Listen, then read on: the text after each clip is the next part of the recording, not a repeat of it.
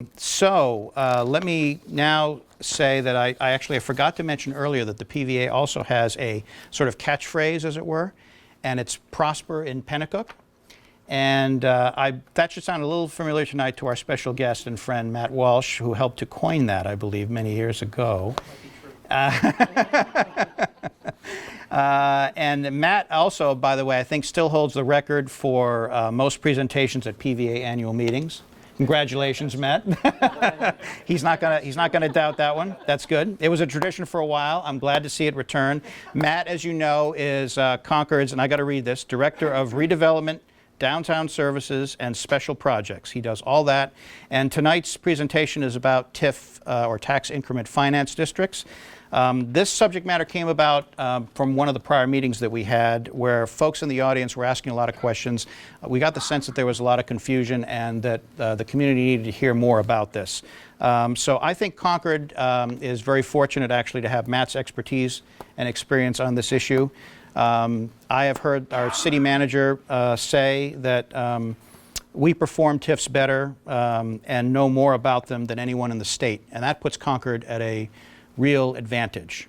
But I will let the expert tell you more about that. Everyone please welcome Mr. Matt Walsh.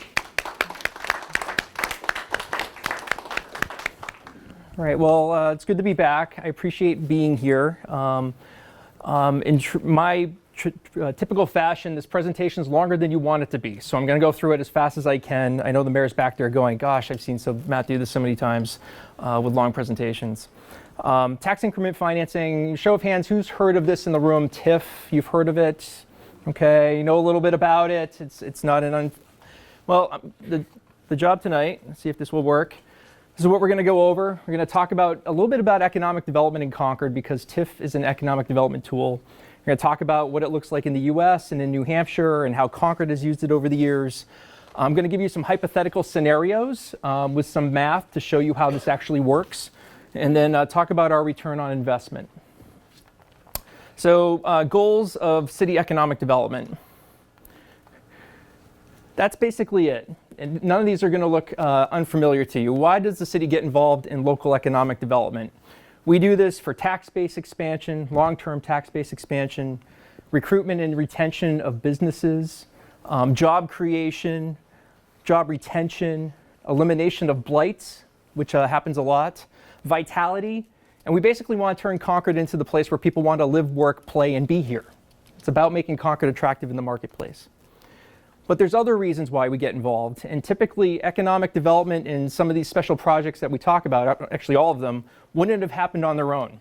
So there is a but for the city's economic development efforts, you wouldn't have the things that we're going to talk about tonight. So that becomes a judgment call of, does economic development at the local level for Concord make sense? And can you imagine Concord without some of these improvements? So that's really what it's about. Tax increment financing. It's an economic development tool. And basically what happens is you establish a district in your community. From the point that that district is created forward, any new development that happens in that district or renovation or expansion that occurs, the assessed value and the tax revenues that are generated by that new development, expansion, renovation get captured by the district and used to pay for infrastructure improvements to support that new development, as well as the operating and maintenance costs of that development. Okay? So the taxes are still paid on that new development. It just gets retained by the district to pay for the infrastructure that actually served as the catalyst or the incentive to get the development to happen. Okay? Critical concept. In New Hampshire, it's RSA 162K is the statute. It's been around since 1979. So in the United States, all the states in red have tax increment financing statutes. Arizona is the only one that I know of that does not. Okay? And to give you a little bit of perspective on this, this is the source is down there. This is the Council of Development Finance Agencies, which is cdfa.net. TIF has really been around in most of the United States since the 1950s, okay? And it varies by different state by what you can actually do with it. And it also varies by state for what taxes it captures, okay? So in New Hampshire, we are a property tax state. We only capture property taxes. In other states, they actually capture things like sales tax or even income tax and property tax. New Hampshire doesn't do that. It's strictly the property tax, and that's it. So everybody has it except for Arizona. And they have since basically the 50s through the 70s is really when it showed up. This graphic, it's a little washed out. I apologize. This is New Hampshire. So there are 25 communities in New Hampshire at least that have tax increment financing according to the New Hampshire Municipal Association. The most northern ones are Laconia and Hanover. The rest of the North Country apparently does not have it. I don't think this list is entirely complete either. For example, they didn't report Manchester. I can tell you Manchester actually had the state statute changed a couple of times for their TIF districts, so I think this list might be a little incomplete. But 25 communities in New Hampshire. So what's the message here? Concord is not the only one. New Hampshire is not the only state. This is done commonly as part of local economic development across the country. There's some statutory requirements in New Hampshire. Again, I already mentioned that it's RSA 162K. One of the things, now the TIF districts are created by the city council, okay? They're not created by city administration, they're created by the city council. And before any district is created, there actually has to be notice to the school districts and the county to provide them the opportunity to comment on them. So every time we do something, we have to let the Merrimack Valley School District know and the Concord School District know. We also let the county commissioners know. It's part of the statute. We tell them exactly what we're going to do and what the financial ramifications of that are. There are some requirements in our statute about assessed value and land area and assessed value limitations. So Concord has 41,100 acres of land in it, okay? Under the statute, any one district can have about 2,055 acres in it, and if you have multiple districts with bonds outstanding, you can have up to 4,100 acres. Concord has 137 acres in our TIF districts. So we're well below the statutory threshold, which the implication here is Concord does not aggressively use TIF. If we were aggressive users of TIF, we'd be much higher on those thresholds. Assessed value, the total taxable assessed value of the city is just under $4.3 billion. The statute says you can have up to $341 million in any single TIF district, and combined you can have just over $682 million. In Concord, we have $128 million in TIF districts right now, so far under what's allowed. When you create a district, you have to create a development program and financing plan. This is supposed to talk about what infrastructure improvements you're going to make in the district, how you're going to pay for those, how you're going to pay for the operating expenses of those. So we do that for all of our districts. TIF funds can only be used for public improvements. You have to appoint an advisory board, which all three of our districts do have boards, and bonds. So the last bit is tax increment financing. You issue bonds or debt that is supported by the tax revenues from that new development. Per New Hampshire state law, the maximum term of a bond in a TIF district is 30 years. And you can delay the principal on a bond for up to 5 years. So you can do interest-only bonds for 5 years. So more detail than you wanted, but there you go. So anybody have a sense of how long we've been doing TIF in Concord? Want to take a guess? The statute went into place in 1979, 40 years ago. Our first one was Eagle Square in 1981. Next one was the Durgan Block in 1983. Those two have both been closed out and are inactive. North End Opportunity Corridor in 1998. You know where Grapponi Conference Center is? That's where that one is. Sears Block TIF District, which is South Main Street. Pennacook Village, 2010. So Eagle Square, I'm just going to talk about it because history is important. It gives you some context. So this was created in 1981. It paid off in 1982. It was a one-year TIF, okay? It was a 6-acre district, and I know this map is a little hard to see, but it's really just the area around Eagle Square, across Store Street to where there's a large parking lot that's controlled by the New Hampshire Historical Society. That was basically it. 6 acres of land, very tiny. $92,000 of TIF money and a total investment at that time, which was about $1.6 million. That area of the city today, the taxable value is about $16.2 million, and it kicks off $458,000 in taxes. So what's the story? So we invested $1.6 million, which supports $16 million in assessed value and creates $450,000, in taxes. In addition to everything else that goes along with that. the jobs, the businesses that are there, the vitality that goes with all of that. The Durgan Block District was created in 1983, closed out in 1997. It was 8.5 acres. So Eagle Square is here, Durgan's over here. $4.5 million investment, 2.6 million of it was TIF. The rest of it came from other sources, including the city's parking fund. What were we investing in? Well, the last one we built Eagle Square. This one we were building the School Street parking garage. Okay, so that's what it looked like in 1985 while it was under construction. That's what it looked like a little while ago. It's under renovation now. Almost $33 million of assessed value, just under $925,000 a year in property tax revenues. So, but for the creation of this garage, you would not have had the Capitol Plaza project. And Capitol Plaza, if you go down there, is where Citizens Bank is. It is where Cobblestone Florist is. It's that area. Yeah. So, is the garage privately owned? Garage is owned by the city. It's owned by the city's parking fund, and it's wholly operated and paid for by the parking fund. So the city actually pays property taxes on it? We do on our leases, yes. Yep, absolutely. RSA 7223, it's a statute. North End Opportunity Corridor Tax Increment Finance District. So you saw the first two, they've been closed out. This was part of, anybody remember a discussion of the CRUD corridor in Concord in the 90s? It's okay, everyone's like, yes. And there was this area between basically exit 12, the South End Marsh, on up to Horseshoe Pond, really between downtown and 93. And it was this more than a couple hundred acre area of blight, of former industrial uses that had gone by the wayside. And it was Concord's front door to everybody on the interstate driving through. So there was a lot of, I think it was Julia Griffith who came up with the CRUD corridor, who's our former city manager, now up in Hanover, I believe. And we've been trying to transition to the opportunity corridor because there was massive opportunity there. So there was a desire in the community to start trying to redevelop that area. And the place to start was Horseshoe Pond. This is an aerial photo. I'm sorry, you can't really make out what it is. But this is a 67-acre area of town. This is the cloverleaf for 93 and 393. Horseshoe Pond is here. The State House is literally right here. This is Loudon Road. This is Fort Eddy through here. You could see large swaths of nothingness because this is the old Concord lumber property.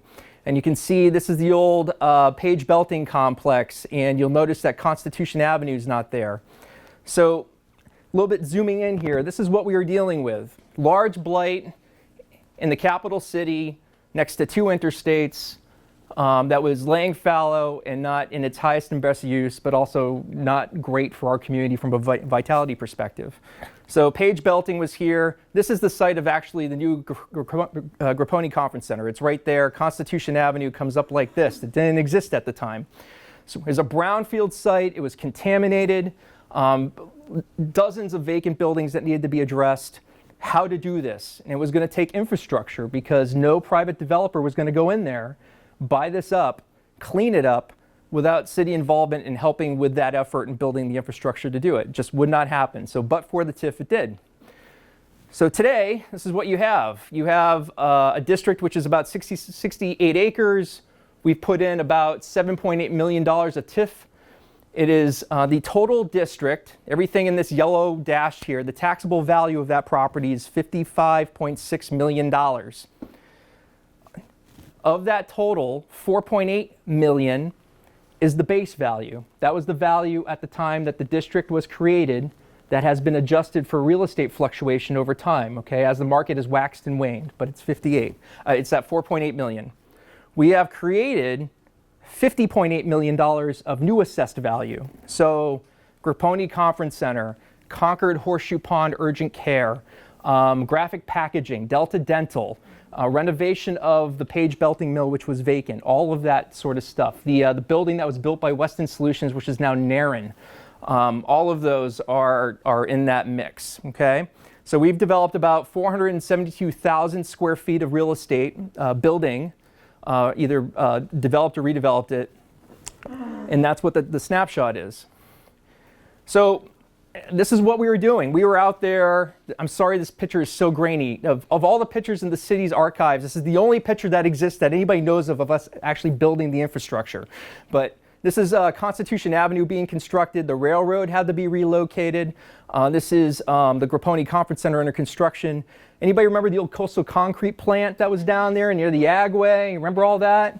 This is us tearing it down. The city bought that. We tore it down. So what did you get? You got a lot. These are the businesses that are down there today, anchored by the Grapponi Conference Center, which everybody who's lived through that remembers that it took multiple developers to find one who could actually pull it off. Not an easy project. You have Concord Hospitals down there, Delta, which is a great corporate citizen, fantastic jobs in our community. Look at, this is all that's here. So those folks moved to Horseshoe Pond and occupied and all of that there. Now stop and think about that. Would these people be there, be in Concord if we didn't do this project? Hard to say. Would you have all the jobs that go along with that? And the payroll? Hard to say. And all that extra income that circulates into our community. Think about that. We also did Horseshoe Pond Place. It became affordable housing. This is an affordable housing project. And it's a $2.5 million assessed value. The city helped out with a community development block grant, 77 units of elderly housing. Great reuse of the mill building. So how does this all work? So there's a $55.6 million value in that 68-acre area of land that I showed you. The red arrows are the base value. So remember I told you there was a value to the district when it was first created. So that $4.8 million generates $136,000 a year in property taxes, which go to support the city, the Concord School District, the county, and the state. The TIF created $50.8 million of new assessed value. The TIF has outperformed everybody's expectation and is so successful that we actually take 33.7 million of that 50.8 and we transfer it over here, okay? Which is $950,000 in the fiscal year, which ends on this June 30th. So the TIF keeps 17.1 million of the 50, $482,000 a year in property taxes, supports the TIF's operating budget and debt service that it has. But the message here is you already get the 136 because you always have. You get another 950 that you would never have gotten otherwise, but for the development that was created down there. So there's a little under $1.1 million that goes to the city, the school district, the county, and the state of New Hampshire. And the other 482,000 gets kept by the TIF. It Supports the area. It's the debt service on what we have out there still that we have to pay down, and the annual operating costs of the district. Because the district, not the general fund, but the district is paying to plow the roads up there. The district is paying to plow the sidewalk. The district is paying for certain other repairs that come along. So it's self-contained, okay? So the city doesn't pay for any repairs or just certain repairs? The city, we pay for example, if there's a pothole up there, there is money that's taken out of the TIF that's transferred from the NEOC TIF to the city. So the city does pay for it, but we use NEOC TIF money to pay for it. Make sense? So as I said, established in 1998, we started releasing what is now $33.7 million in our fiscal year 2006, which is actually July of 2005, okay? So 7 years in, the TIF was outperforming our expectations. We started releasing 50% of that TIF value. Today it is 66% of the value.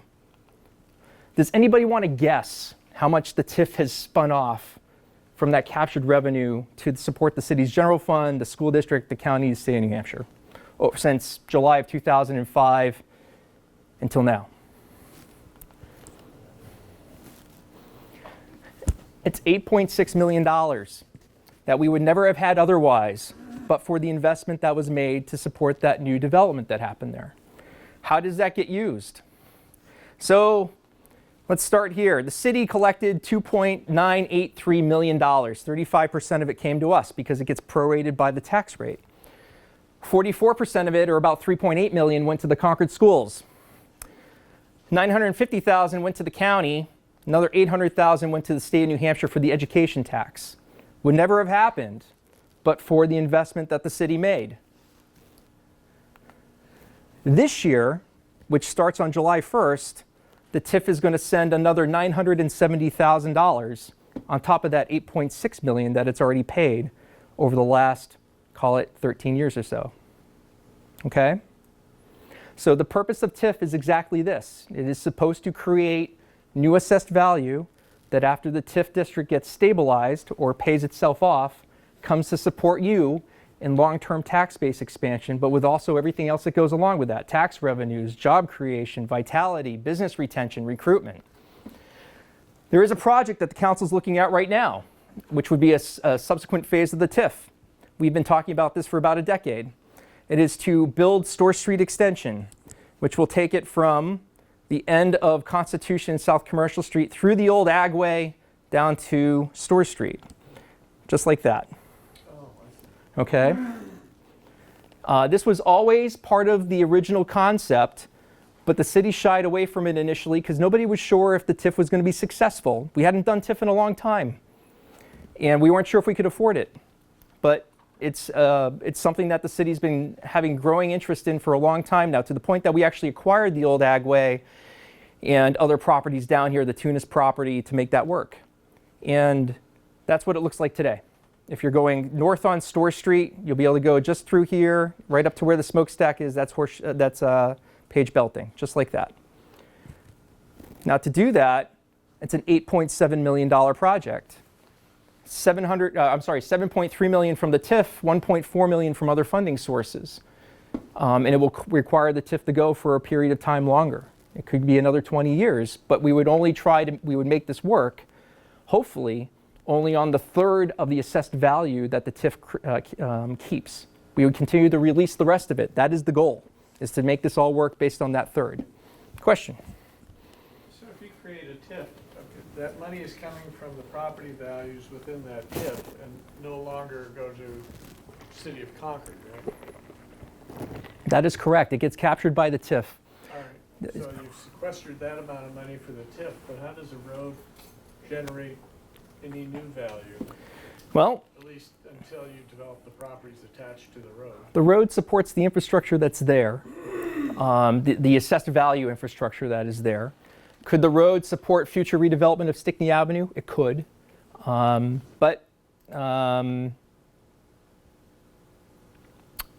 in fact, well, do I have it in here still? I do have it in here. Because now you've taken money from Concord that goes to other projects, and now you've isolated it to this one. So there's going to be a gap in their financing. Not necessarily a gap. It's just that $480,000 that we're going to use to pay for it that the TIF generates every year. Let me go back. How does it generate that? We intend to finance that road by keeping the $482,000 a year From the property taxes. from the property taxes generated by the TIF. So this amount that still gets released would still continue to get released, but the 482 would continue to get kept by the district to pay down the cost of the new road. That's correct. That's correct. Still doesn't matter, but that's our job. Yeah? Question, what is that area generating for property taxes now? That section of the road that's not there? Nothing, because it's owned by the city of Concord. It's tax exempt. So that's the concept for the road, and you could show here from Store Street North, and then eventually could connect down into Stickney Avenue, if that was the preferred alternative. Sears Block Tax Increment Finance District's the next one. How are we doing on time? So this district was created in 2003. You can't see this. This was a downtown master plan study that was done in 1997 that talked about redeveloping the former Sears Block property. People remember this property in Concord? You remember what the backside of it looked like? Okay. So this was Sears and Roebuck moved out of downtown, went up to the newly created Steeplegate Mall in 1991. Supposed to be renovated. There was an attempt to renovate the building. The structure was structurally undermined by the demolition process, and then the developer who owned it died. Okay? So what happened was the city actually went to the person who held the mortgage on the property and said, we will buy it from you if you foreclose on it. So we acquired it through foreclosure. Then the question became what to do. So we created a tax increment finance district to help implement that vision that was in the 1997 downtown master plan. This is what it is today. It's about 22 acres. We've invested about $23 million in that 22 acres, 9.7 of which was tax increment financing money. Everything else was another form of funding. It's created, the district today has a value of about $66 million. 27 of that is base value, 38 million, 39 million is tax increment value. We've developed about 600,000 square feet of real estate. It costs about $1.1 million to operate the district every year with debt service. So what did we build? We decided, the council did, to move forward with a proposal from a guy named Mike Simchek, who built that building, which is where Red River Theater is, and O's, and the Hotel Concord. We built this parking garage. It's owned by the city. Plazas, utility improvements, all that infrastructure to support that, not just this building, but everything that was going to come after it. We also made additional investments in the Complete Street project. We put utilities underground. We actually helped finance the construction of that project with the TIF, and the TIF helps maintain that project. What did you get? Well, you have the Sears block, which is this, which is now that. This is a 102,000 square foot building worth $13.3 million. You took the Sano block a couple years later. We created the Smile building, which is 91,000 feet, and Menino Place, which is affordable housing. We helped renovate the Endicott Hotel into 27 units of market rate housing. We renovated the Bindery block. We redeveloped it, I should say, from this into that. This is about a 70,000 square foot building. It's worth about $10 million. Other things have happened. These buildings were recently acquired by Elm Grove. They are renovating the second floors into apartments. It's going to be a net add of 12 units in this building, 10 new units in this building. This is what they look like above White Mountain Coffee if you go downtown. Just opened this weekend, Bank of New Hampshire stage. That's what it looked like a year ago. That's what it looks like at night. Vitality. But for the TIF, you would never have these things. You wouldn't have Red River Theater. You wouldn't have O. You wouldn't have the Hotel Concord. You wouldn't have Eastern Bank, which was new to town. You wouldn't have Tough Freedom Health, which is new to town. The League of New Hampshire Craftsmen would have moved out of town. They were moving to Henniker, if you remember that story. Concord Hospital has a downtown presence. The Chamber moved, ironically, back from Horseshoe Pond, one TIF district, to the new one in downtown.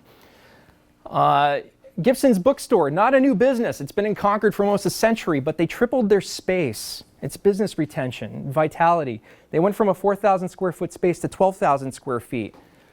You have... Top 5 private bookstores in the country. It's a gem. It's a gem. It was named one of the top 5. Rightfully so.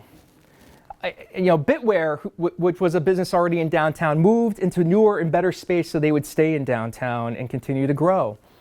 Orin Reno moved into better space. They were already downtown. So business retention, keep what you got, grow what you got, bring in new stuff that helps grow the tax base, the job base, the vitality base. That's what the TIF has done. We also did affordable housing. So I mentioned this. Menino Place is affordable housing, 45 units. It's in the TIF district. It's very simple, exact same chart. 27 million of base value creates 775,000 in property taxes. It gets retained by the city, the school district, the county, the state of New Hampshire. Just like when you pay taxes on your house, that's where your tax money goes, okay? The TIF, call it $39 million in assessed value, generates about 1.1 million in property taxes retained by the TIF to pay down that debt that we have on the money that we put into building the garage and building the Main Street project and building other things and buying employment security, so on and so forth. Speaking of that, you've probably read about this in the paper. Anybody read about this in the paper? New building, employment security. The council is going to have a public hearing on July 8th about this. This is what it's going to look like. That's 26,000 square feet. 1958 and 1923. This is 180,000 square feet, which is twice the size of the Smile building downtown. If it all comes together, this project will be worth about $21 million. Will generate about $625,000 a year in property taxes, which helps pay off the TIF, bring more money back to the general fund, the school district, the county, the state of New Hampshire. There is an investment that the city will have to make in this, and our net investment in this total endeavor is going to be about $4.6 million. Pennacook Village Tax Increment District, so it's probably the one that you're interested the most, was created in part to deal with this. Who remembers this? Who worked there? Anybody work there? Okay, you're still a few. So it was created, arguably one of the biggest blights in the city, right in the middle of downtown Pennacook, had sat that way since 1987, 6 acres of land, plus what was in Boscombe, which is another 45 acres. What to do with it? Also, at the time, trying to deal with this. So there is no plan for Rivco right now. There has been no zoning change that has happened. I know there was a meeting up here not too long ago, which I did not attend, but also to deal with what to do with Rivco, when and if something is going to happen there. Is that part of the TIF? It is. Rivco site? It is. So this is the TIF geography. Our district is about 47 acres. It starts Village Street at the river, goes past Upper Falls, behind the tannery, across the Boscombe line, over to the other side where the Kentucky comes out at the Merrimack, more or less. Grabs Rivco, grabs the Walnut Street property that's owned by the city, which is a park, grabs the new Pennacook Family Physician site, grabs the tannery site, grabs a few properties around the Pennacook Library. That's the geography. Established in 2010. There's about $485,000 of TIF that's actually been used here, even though the total investment's been about $5.4 million if you go way back to when the city started spending money on the tannery site. The district's worth about $6.4 million. Of that 6.4, 4.6 is base value. So the taxes on that 4.6 million still go to the Merrimack Valley School District and the city and the county and the state of New Hampshire. There's been about 1.74 million in new value created. That's largely with the Pennacook Family Physicians property. We've created about 18,000 square feet of new building. It costs about $58,000 a year to pay for the district. So this is it, before and after. We created the district specifically to start with the tannery site and specifically Pennacook Family Physicians. That's the before and after. If we didn't do the TIF, you'd still probably be looking at that. And what did we do? Well, we built infrastructure. So this is Canal Street before reconstruction, that's during. This is Crescent Street during reconstruction. The TIF paid for that, okay? It also paid for the gateway sign and the landscaping that's around that. It paid for this strip of land. You can actually see, this is a good demonstration. The new road of Canal Street, the green strip which the city built, the trees which the city put in, the sidewalk which we put in. Then you can see the dirt. That's the private improvement that the developer paid for. We didn't pay for anything there with the TIF. So we redid the Walnut Street intersection. We rebuilt Canal Street. We also used it to help finish the cleanup of the tannery site. So we did an awful lot of excavation and hauling out of contaminated soils, and we did some final grading. How does it work? Same graphic. Red side of the house, base value of 4.6, $155,000 a year in property taxes, goes to the school district, the city, the county, the state of New Hampshire. The 1.74 million, which is largely associated with the Pennacook Family Physicians, creates about $58,000 a year, supports the TIF. And I told you that the TIF costs about $58,000 a year. Well, it only generates about $58,000 a year, so it's pretty financially neutral. What's coming? You already know this. The remaining portion of the tannery site will be a housing project. That project will start in 2 weeks. You will see activity out there. And the first phase of it is 34 units. When it's all built, it'll be about $3 million of value. About 200,000 of it will go to the Merrimack Valley School District, the county, everybody else. About 2.7 or so will get captured by the TIF. How much did you say would be going to the school district? Assessed value-wise is about 200,000 of assessed value, which is about $7,000 a year in taxes will go to the school district, the city, the county. Yeah, not 200,000 goes to the rest of it. The rest of it will get captured by the TIF. Well, I know. So, Matt, Question. this really comes down to how well managed the TIF is. So who runs the TIF?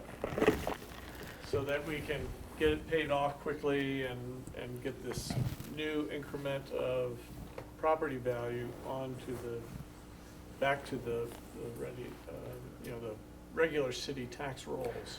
So Who runs the TIF and who's accountable? the TIF is administrated by the city administration, me, working, or it's actually the city manager who delegates it to me.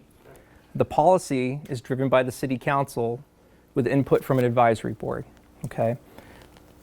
State law actually talks about making sure you can pay your bills before you actually release any value out of there.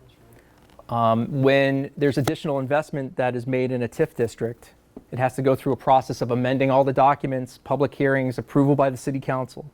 So that is the process, which is going to lead into your next question. So what are you going to do with the money, Matt, if you collect, call it $98,000 a year in taxes? Well, ever since the city got involved in the tannery project, I remember having charrettes up here with the Pennacook Village Association back when I had more hair and a smaller gut.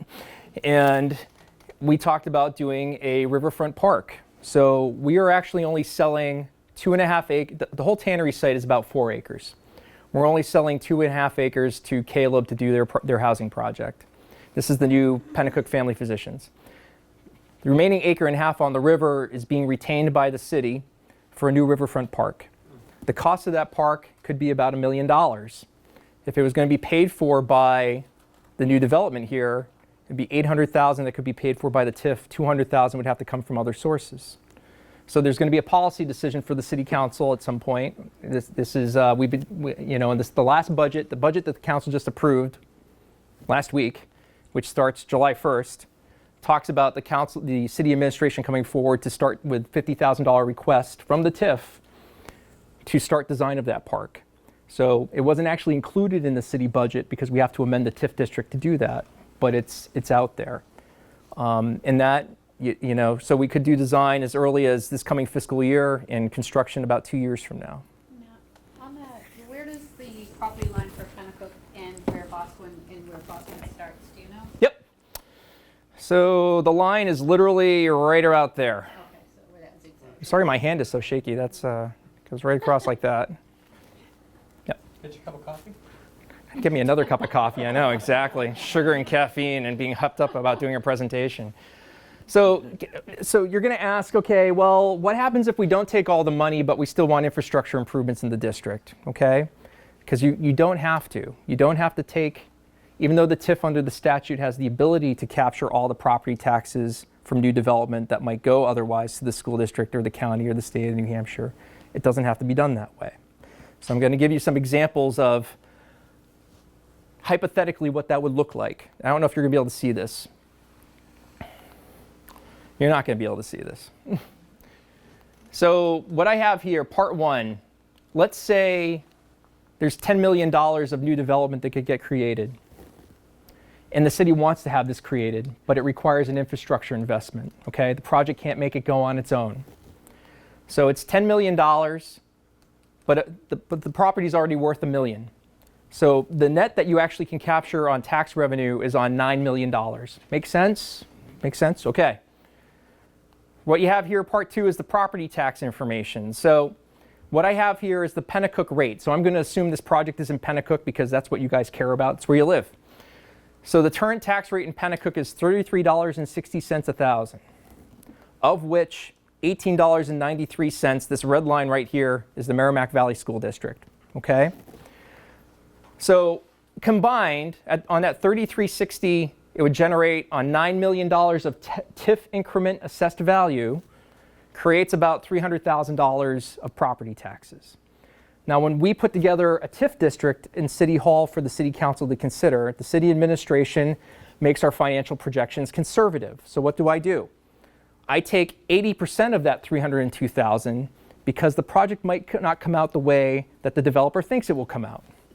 So you take 80% of 302 drops you down to 241 and change. Okay, so now we have $241,000 that we might be able to use to support infrastructure, debt payments on infrastructure every year in the TIF. Make sense? Y'all still with me?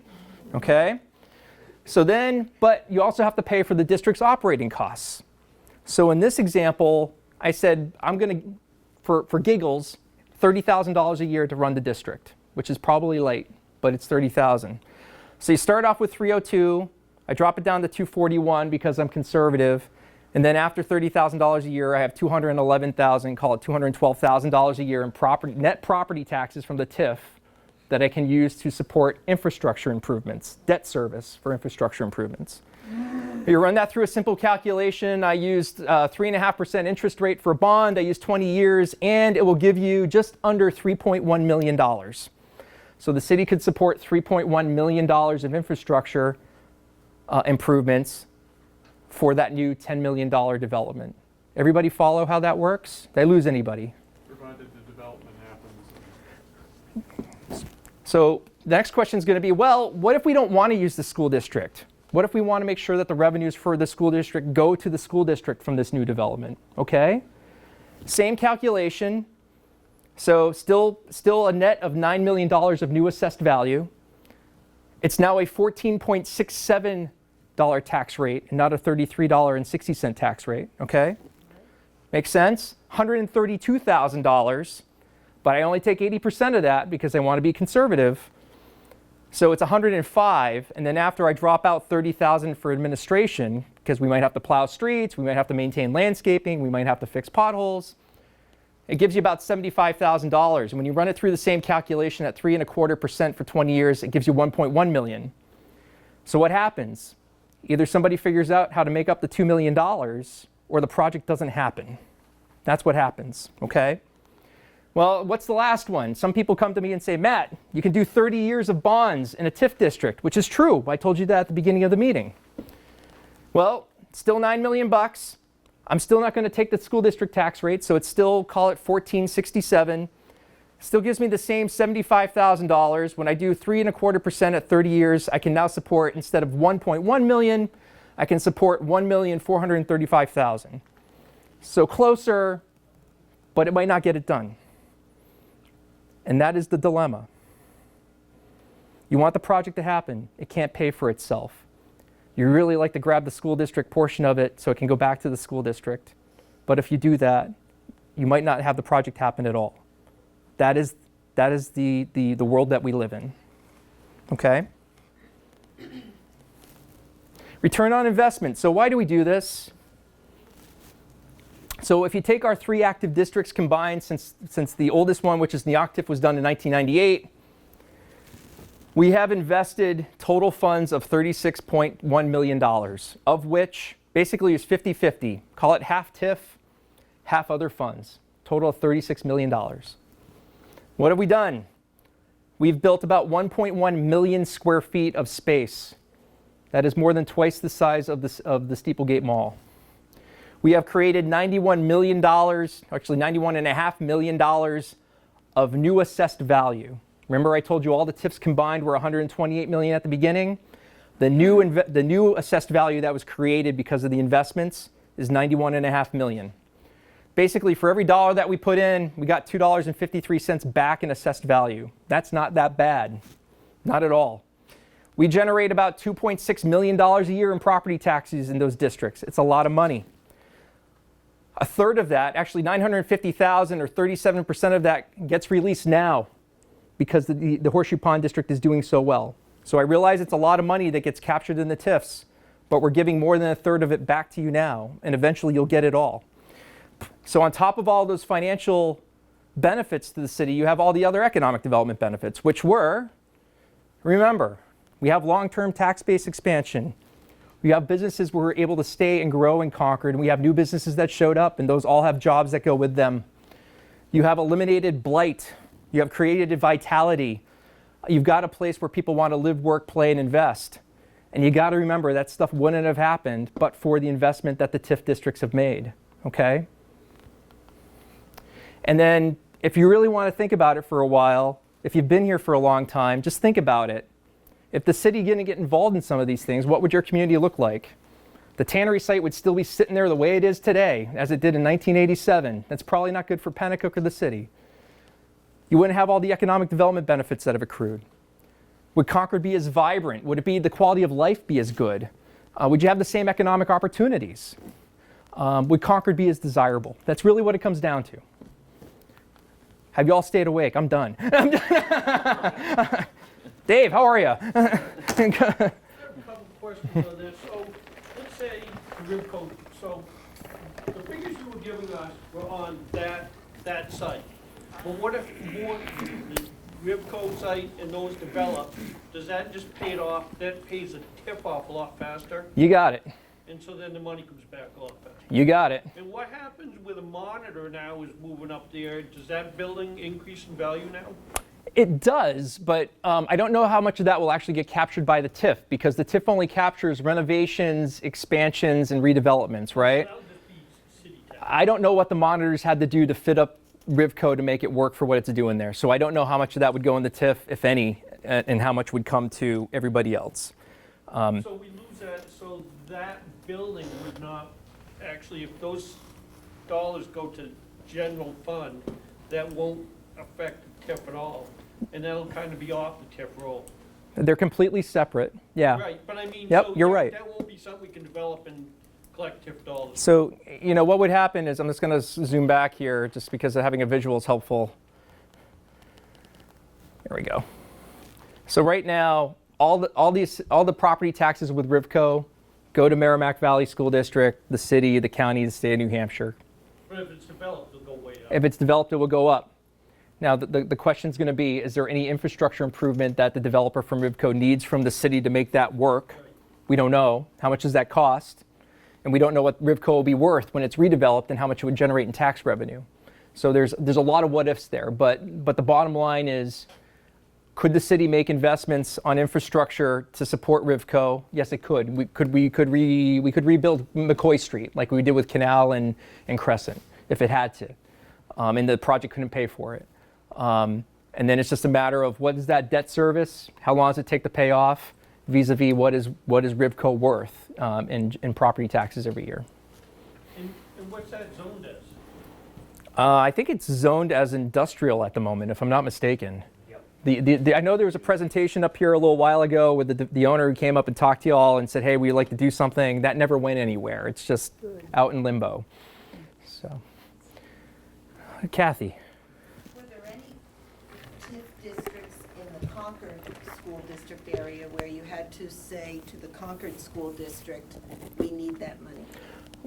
The city has treated Concord and Merrimack Valley the exact same.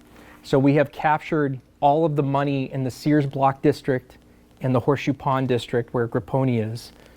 That doesn't go to the school district, well, except for what's released out of Horseshoe Pond at $950,000 a year because that district's going so well. But we have always captured the entire amount of taxes generated and haven't distributed that because what have not. That's what needs to Have be. not. So, Yep. just so we hear that when development was necessary, Concord School District did not have So that. that's exactly right. That's the circumstance. I Yep. missed that in this presentation. Thank you for Yep. clarifying Yep. that. And is not, Concord School District is not drawing from those two. Well, Except the one that's not true Horseshoe now. Pond is Horseshoe on Pond, because it's performing. done so well and we release money out of it, it is. But when Horseshoe Pond was an infant in the late 1990s, all that money was captured by the district. It didn't go to it was captured by the TIF. It did not go to the school district.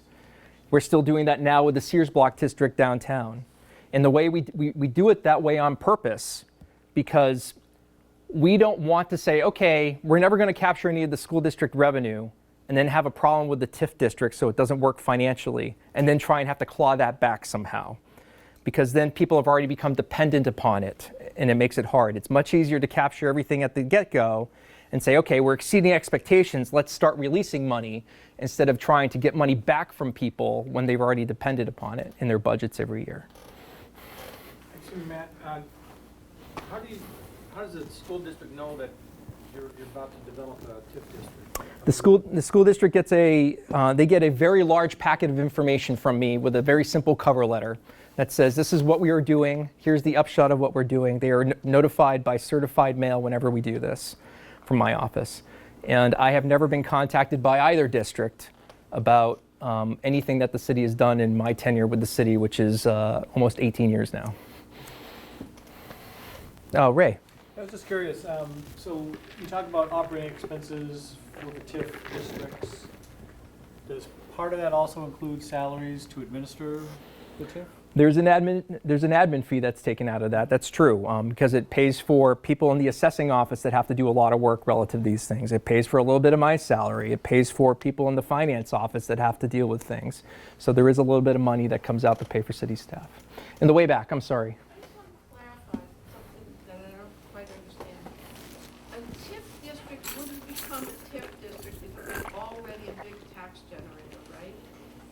No, that's not true.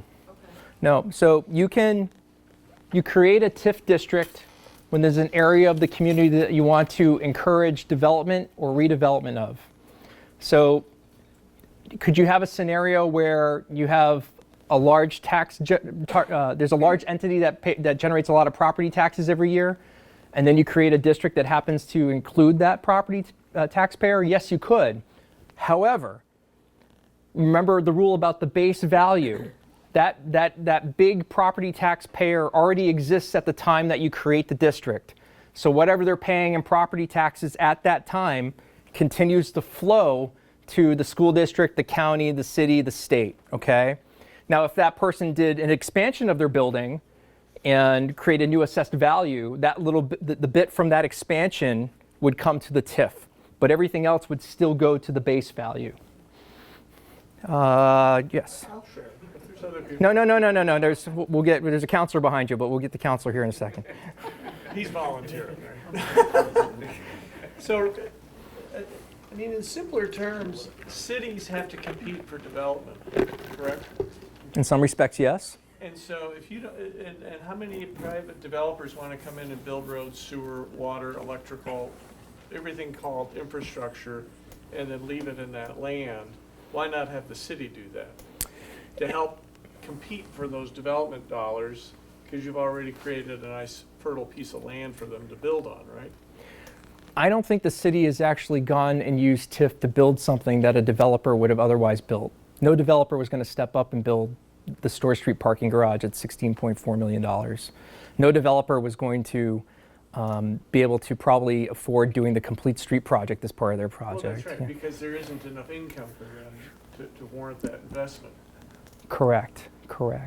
Yeah. And So what I'm saying is you're helping to foster some new development because they can't make money on whatever else they'd have to build. if a developer had to go in and clean up everything that went with Horseshoe Pond and build Constitution Avenue. So we do it, again, it's a but-for thing. We're trying to facilitate development, but we're not trying to take over the developer's responsibilities, because there are things that developers will do when their projects make sense and economically and they can make a return, they will do that. But we are making the investment to support them in doing a project that they can't do otherwise. Yes? I'm just wondering what you might think of doing with Rivco. I mean, it sounds like you've got quite a bit of property that's not being developed yet in that TIF district. So we have... Go down towards the old tannery? Yep. So we have, like I said earlier, this whole area in this yellow line here is 47 acres of land. Rivco is probably half of it. The Rivco site's a little more than 20 acres. So Rivco is basically that, and then there's a chunk over here. I might have grabbed a couple of houses, but those houses are in the district as well. I mean, do you get kind of desperate to do something with this if you're collecting money on a TIF basis? Desperate to do something. Sitting there, you're collecting, nothing's being done. You do some of this in desperation, like with the tannery project, No. well, they were gonna put, the original thing was to have stores. And then they could only get Cabell to come in, so there's no stores or whatever. So the tannery site... How do you make the decision? So what we do is, in the case of the tannery site, which I've personally worked on since 2001, it's been 17, 18 years. It's hard to imagine. Short-term project. Couldn't chase you out of town, could we? I like meeting with you guys. I really do. I really do. I missed you. Like last year I wasn't here for it. It's like, Susie was up here, I think. So what happened was that no private developer was going to deal with that. The city ended up buying it. I think we bought eight properties between 2003 and 2006. We've invested about $5.5 million of money in that. There is no desperation in that at all. When we first created the TIF, we structured the TIF investment to work solely on the medical office building that was built at 4 Crescent Street. The TIF was financially stable. There was no problem. There was no concern about losing money. It was fine. We put the tannery site, we've had multiple development projects come and go at the tannery site over many, many years. At one point, there's a proposal by a great developer from the seacoast named Chinburg who wanted to save the historic granite building and put condos in there, which was controversial at the time because it was housing, but would have been a phenomenal project, and the building collapsed. We couldn't make it work. We've had other developers who came along and said, gee, I think I can, and then they couldn't make it work, or the market fell out. And then we went into the greatest recession that the country's ever seen since the Great Depression, even though we were doing a lot on South Main Street at the time, which was amazing. But what happened here was we put that property on the market. It was on the market for well over a year. There were no takers on it. And so Caleb came to us and said, I will pay you a full full offer, which is $540,000. They offered that to us. The city council made the decision to move forward with a purchase and sale agreement. That's the council's decision. The staff recommended that they do that because it was the highest and best use of the real estate. So even with the economy as good as it is and the investments that have been made there, it was an extremely challenging site to get traction in the marketplace. So we went with the best offer that we thought was there. So, well, the other property isn't exactly beautiful or great. I was wondering what types of things you would envision maybe going on the rest of the sites. On like the Rivco site? Rivco site, the rest of the tannery site. I think there needs to be probably a good community conversation about what should happen with this piece of property. And that's above my pay grade, which means I'm going to dodge your question. But I do it tongue in cheek. It's a tremendous opportunity, I think, for Pennacook. But I think Pennacook needs to understand what the market might be able to bear there. And an economy which is, it's a good economy now, and we don't know how much longer that's going to last. But to have 20 acres of land on the river, and remember back in the day, the rivers were not valued. Today it's wonderful. It's fantastic river frontage. And if the rest of Bosquen on the other side of the river gets cleaned up, it will be even better. But I think there's a conversation there. Is the future of that site industrial? There are much better industrial opportunities in southern New Hampshire than the Rivco site. So I'd just like to close out. I'd like to thank Matt. Matt and I do have some disagreements, but I think I feel the city's very fortunate to have Matt. At the end of the day, it's not Matt's decision or determination as to how we go forward with the TIF districts. If you have concerns about the TIF districts, you have to call us. You have to call the city council. We're the deciders. But we're very fortunate to have Matt to be able to thoroughly research this, present information to us, and deal day in and day out with all the intricacies, which even with the small amount of gray matter I have, would still make my head explode. So thanks, Matt. Thank you. My pleasure.